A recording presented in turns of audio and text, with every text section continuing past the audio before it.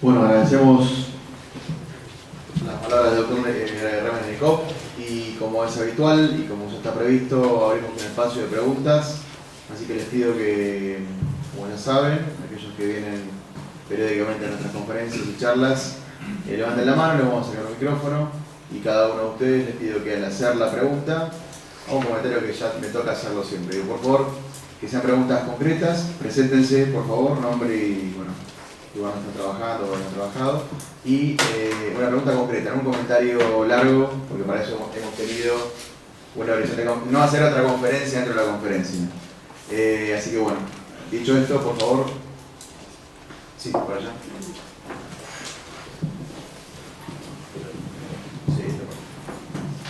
Sí, soy Luis Mosen de la firma Lujón. Esa pregunta concreta. ¿Cómo ven después de las elecciones el tipo de cambio? ¿Ven la posibilidad de desdoblamiento cambiario? Mire, objetivamente hay un desdoblamiento cambiario.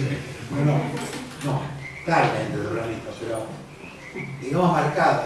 O sea, usted dice que... No, oficialmente un desdoblamiento, oficial. Claro, oficial.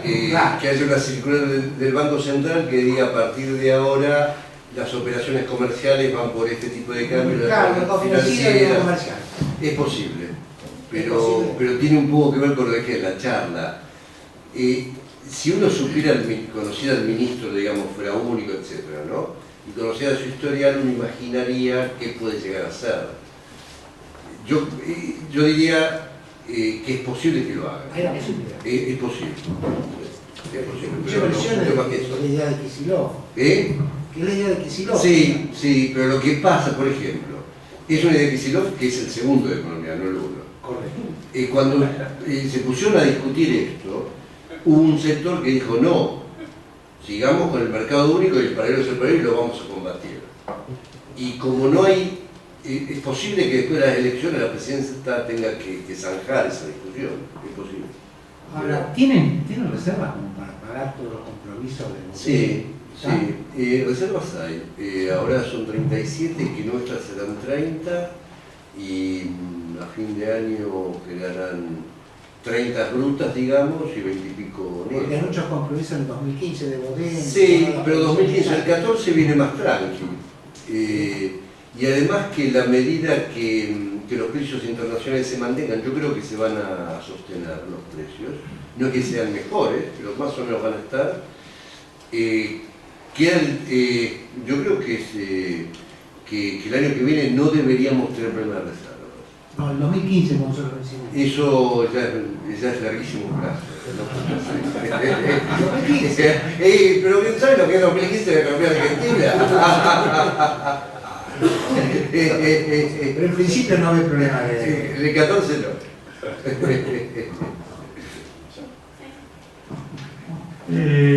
¿Cómo manejarías el tema de la política agraria pensando en el largo plazo?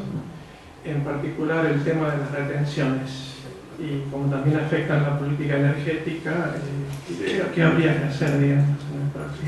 El tema de retenciones es también una discusión larga, ¿no? Cuando nosotros pusimos las retenciones, obviamente los sectores del campo criticaron y después se dieron cuenta que, bueno, en ese momento había que poner. Yo creo que exige sintonía fina y una modificación. Yo sigo partiendo de la base de que cuando los precios internacionales son los que son, para las commodities, algún tipo de retención tiene que haber. Fija, no móvil. Lo que sí veo es un absurdo que hoy día haya retenciones a las exportaciones industriales, a las economías regionales y a algunos productos agrícolas que no tienen rentabilidad.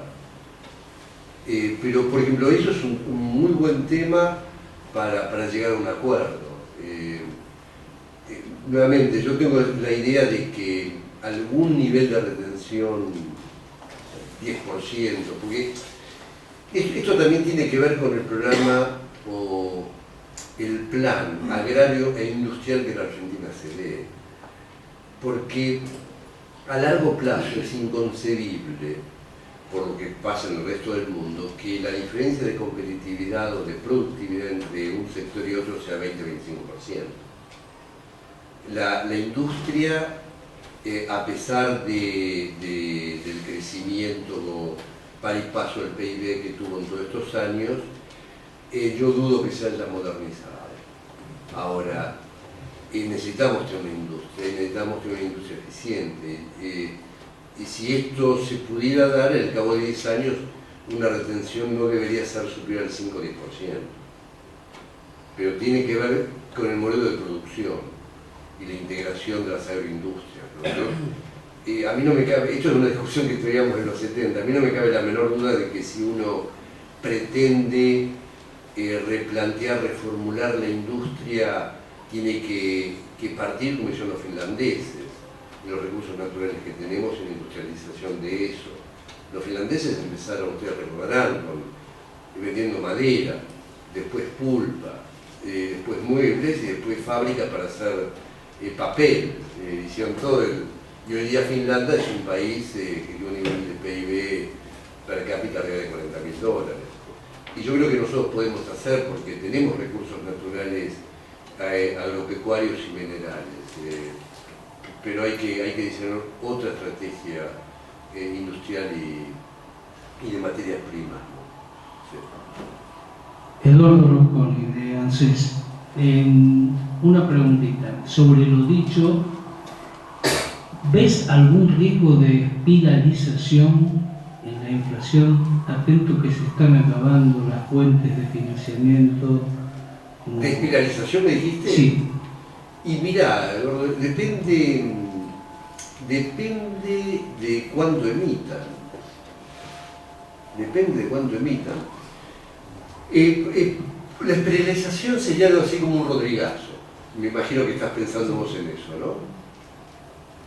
¿Vos te acordás? El rodrigazo se dio cuando, en julio del 75, Rodrigo libera los precios que había congelado Helvar en su momento, se aumenta el tipo de cambio 100%, aumenta las tarifas 100%, todo después, una semana después de haber acordado con Lorenzo Miguel, lo digo así para los que recordarán, de la UOM, ahí habían arreglado salarios por 25%.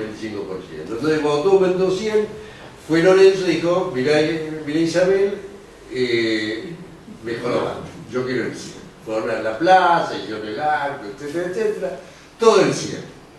El Banco Central actuaba de manera independiente y emitió por arriba del 100 porque el déficit fiscal había subido al 10% y se produjo el rodrigazo. ¿Qué le pasó a Machinea a Zurruil con el plan Primavera? El Austral tuvo problemas con la emisión. Entonces, termina el Austral, empieza el Primavera y también siguieron emitiendo, el déficit fiscal siguió siendo fuerte y el 6 de febrero del 89 Machinea dijo, no sostengo más el tipo de cambio, lo libero. Y vino la hiper. Pero siempre tiene que estar acompañada de una emisión. Ahora estamos con una emisión del 30 y pico por ciento. Una emisión del 30 y pico por ciento te genera una inflación del 25-30%, digamos, groseramente. Y si no aumenta eso, vos podés manejarte con una 25-30, sin llegar a una hiper. Pero sí vas a tener la inflación, ¿no?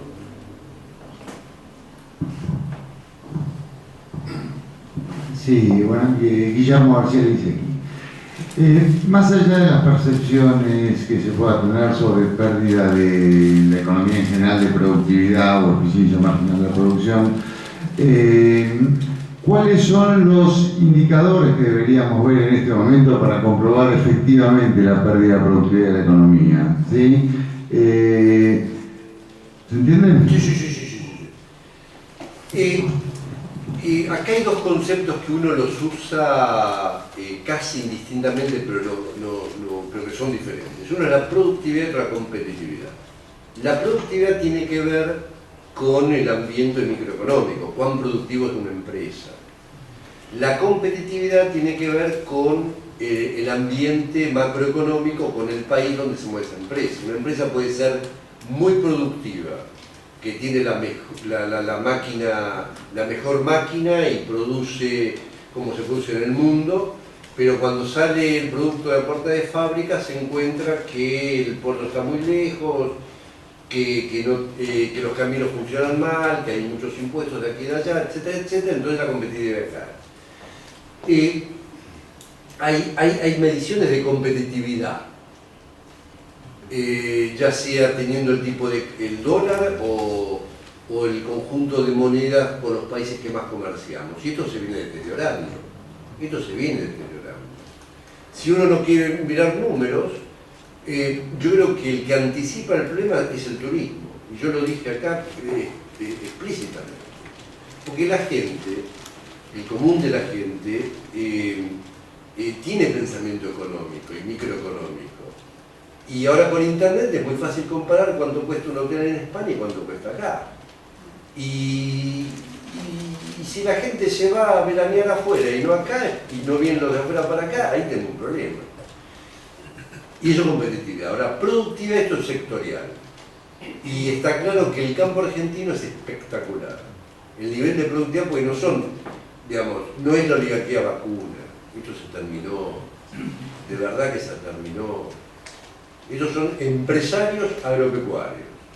Yo recuerdo hablando con un amigo, cuando era ministro en la provincia, tuve una discusión, también en una mesa así, y me dice, no, dice, la oligarquía, digo, pará, digo. Yo he visto el catastro de las familias tradicionales que uno imagina en las calles de Buenos Aires, no queda casi ninguno. Hay muy poquitos que tienen más de 5 o 10 mil hectáreas. El campo argentino son pequeños, son medianos. En esa época, año 95, yo estaba en el ministerio y me acuerdo que lo discutía con él, le digo, nosotros en la provincia tenemos 20 millones de hectáreas. En esa época, más o menos, estoy hablando de 20 años atrás, la hectárea valía $1.000. O sea, 20 mil millones de dólares vale la tierra de la provincia. Y en esa época se vendió YPF en 20.000 millones. Entonces, un oligarca bonaerense, que había gente de 10.000, 15.000 hectáreas, y todavía las hay, bueno, pongan 1.000 hectáreas, perdón, $1.000 la hectárea, $1.500, $2.000, son 20 millones de dólares. Es un empresario. Es súper productivo, muy eficiente. Y en la industria hay de todo, Hay sectores que son realmente muy buenos y podemos exportar y con muy buena calidad y precio, y hay otros sectores que requieren una protección adicional al tipo de cambio o a los aranceles. Sí, muchas gracias. Roberto Martirene de ASAP. Bueno, como te dije, te hago la pregunta. Yo, digamos, no el ministro, el funcionario, el profesional, sino el ser humano. ¿Cómo se puede aguantar el cuerpo en una situación como la que te tocó vivir, cuando vas a tu casa, tenés que comer y que la comida no te caiga mal, y después tenés que dormir y que puedas dormir y volver a la lucha? Un poco así, algunos rasgos de eso. Muchas gracias. Está bien, Roberto. Y mira, la verdad, esto yo le decía a los que me acompañaban en el ministerio, ¿no? Yo dormía muy bien a la noche. Muy bien, y te digo más, vos te acordás cómo era el despacho. Sí. Atrás viste que había una puertita en tu cuartito, había un sillón, dormía media horita de siesta. Sin pastillas. No, sin pastillas, nada. Y yo te decía, por ahí un poco de inconsciencia. Pero yo estaba convencido que era eso, y que iba a tener algún resultado positivo, que por ahí uno no lo veía, lo que no sabíamos cuándo se iba a dar la vuelta. En marzo dejamos de caer y en abril comenzamos a crecer. Ahora, eso era impredecible. Ahora, sinceramente yo estaba muy tranquilo con mi conciencia. Sí tuve problemas con algunos sectores. A mi casa me hicieron piquetes, a mi hija que estudió en la universidad me hicieron seguimiento, la amenazaron, a mí también, tuve que cambiar el teléfono. Había muchos miles de millones de dólares en juego. Cuando uno congela tarifas, eso eran 3.000 millones de dólares. cuando uno pone retenciones, de ahí no vinieron las presiones, para nada. Pues teníamos diálogo con la gente del campo. Las presiones vinieron de las privatizadas y de los bancos. Los bancos perdieron mucha plata en el 2002 y 2003, ahora se recuperaron después. Y las presiones eran muy, muy grandes, pero cuando hicimos la ley de emergencia, que estuvimos encerrados en el ministerio, paramos los teléfonos. A mí me tuvo que llamar Dualde para que atienda al rato y algún otro ministro de Economía de otros países. Pero el rey de España, ellos lo llamaban a Dualde, venían a los ministros. Y no los atendíamos. Y la ley salió precisamente por eso. Y sacamos por ley el congelamiento de tarifas, si no, no hubiera salido, sinceramente. Y lo bueno era que el equipo que teníamos era gente que veníamos trabajando años atrás, antes de la campaña del 99 que perdimos con De la Rúa, y algunos me habían acompañado en la provincia. Y nos conocíamos, y era toda gente honesta, vos sabías que no te iban a meter una... Vos sabés cómo se hace el presupuesto, pones una coma y cambiar de tema a ver, cambias mucho dinero. Pero en eso yo me sentía muy tranquilo, me sentía cómodo y estaba convencido con eso. Entonces, sinceramente, yo dormía y media hora de siesta. Muchas gracias. Por favor. Bueno, Rodolfo Olivari de Banco Central. Doctor, quiero hacerle una pregunta. ¿Por qué ese cambio tan brusco de política de Néstor a Cristina? ¿Usted qué explicación encuentra? Qué difícil. En primer lugar, no fue, no sé cómo me expresé yo, quizá me expresé mal, pero no fue tan brusco, porque empezó 2006 más o menos, ¿no?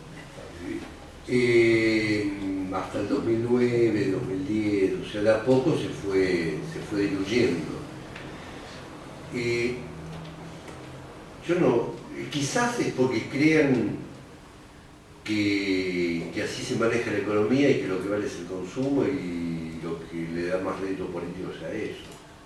Hacer economía de una manera pensada a futuro no da votos. No da votos. Porque uno tiene que decir ciertas cosas que al común no le gustan. Es posible que en aras del mantenimiento del poder político se usa la política económica funcional a esa política, a la política política, digamos. Esa es la explicación que se me ocurre, ¿no? Creo que, ahora hablando con algunas personas que están en el gobierno o son simpatizantes del gobierno, ellos consideran que esta política es la acertada, porque entienden que también es una manera, es discutible, pero yo no estoy de acuerdo, ellos consideran que el aumento del consumo reduce al mínimo la capacidad ociosa y eso genera inversión. Yo pienso que no, para que haya inversión tiene que haber condiciones para la inversión, donde la demanda es un factor, la rentabilidad otro y la seguridad futura es otra. Pero son maneras de entender la economía diferentes. Es eso. Francisco Trois y yo soy contador público independiente.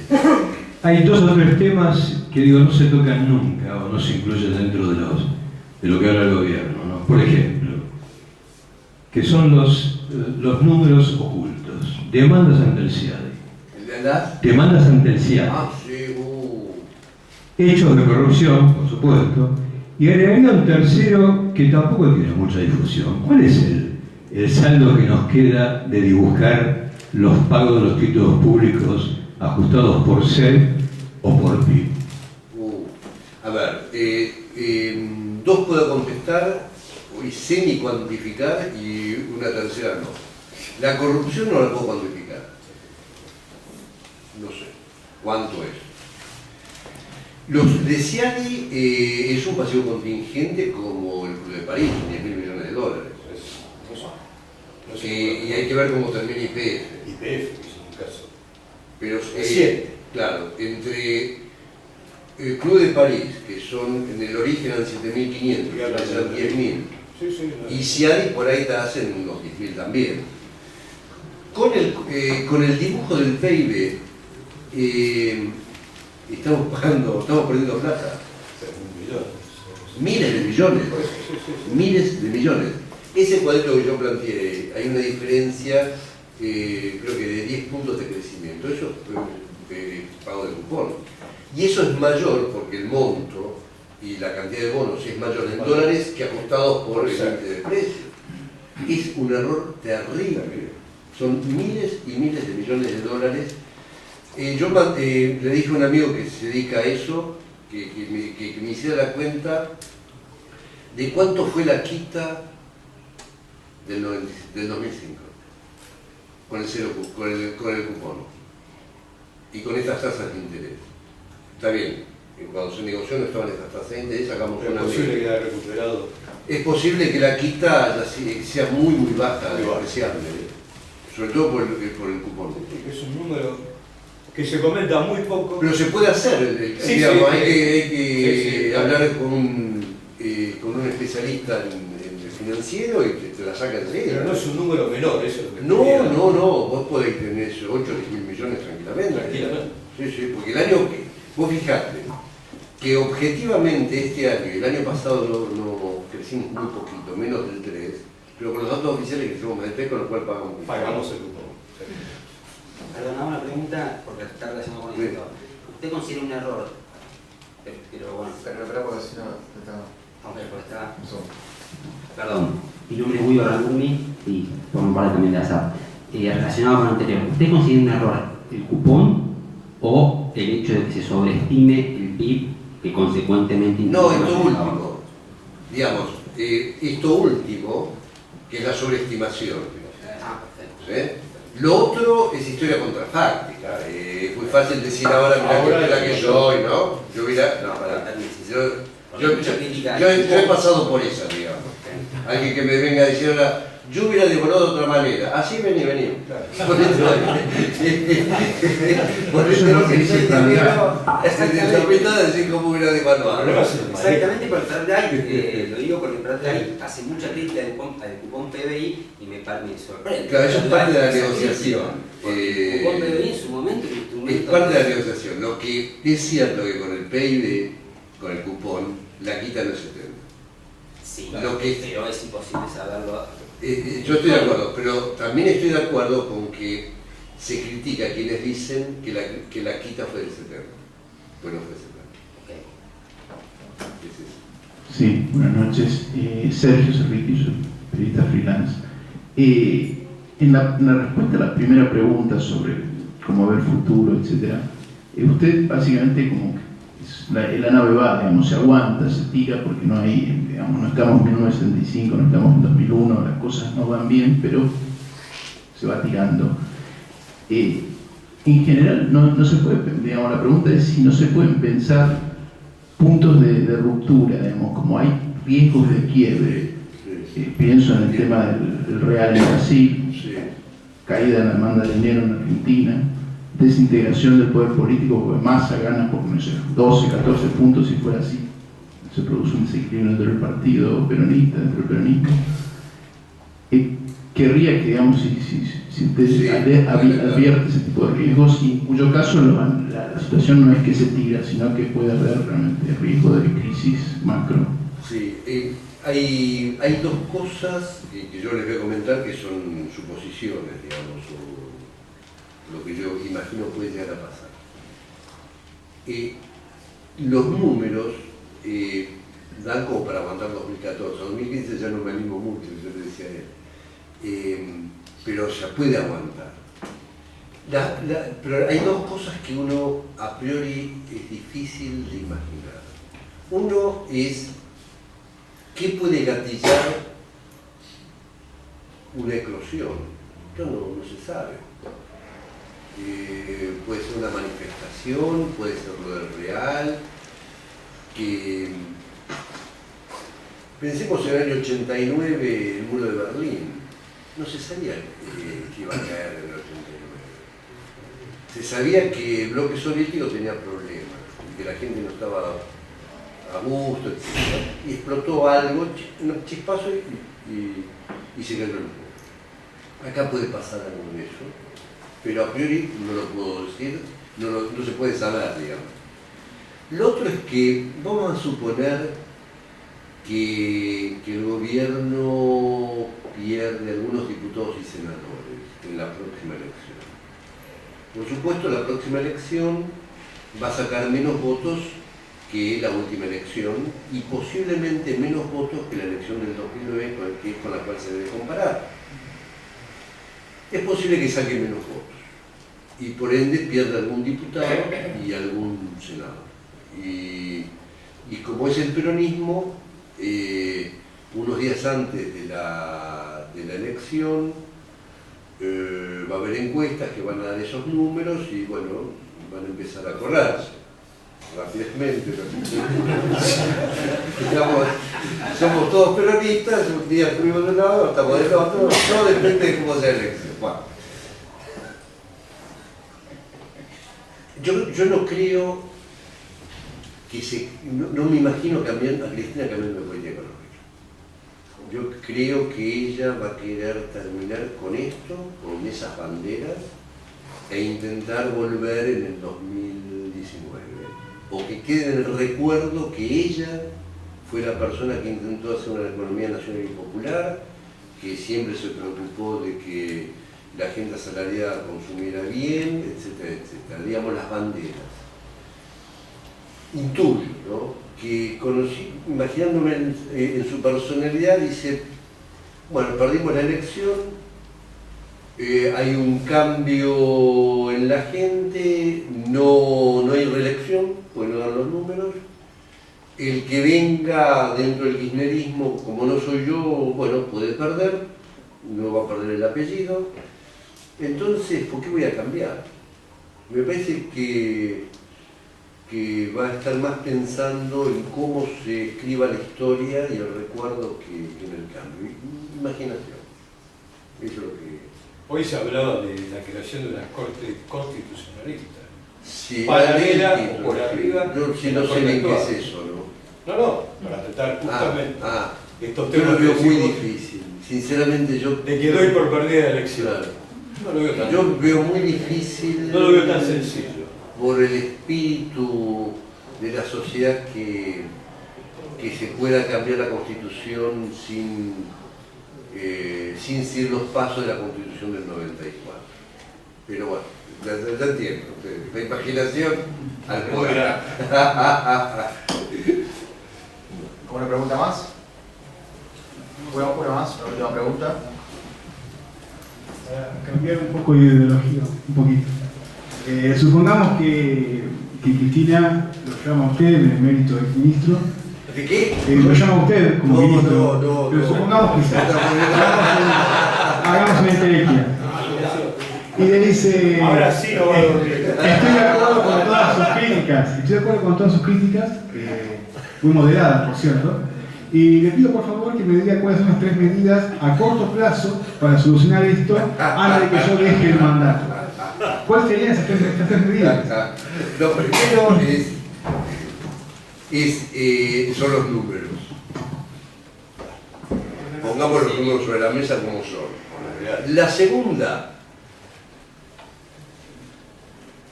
hablemos con los sectores del peronismo, del radicalismo y los otros sectores más de partidos un poco más chicos, para ver en qué están pensando.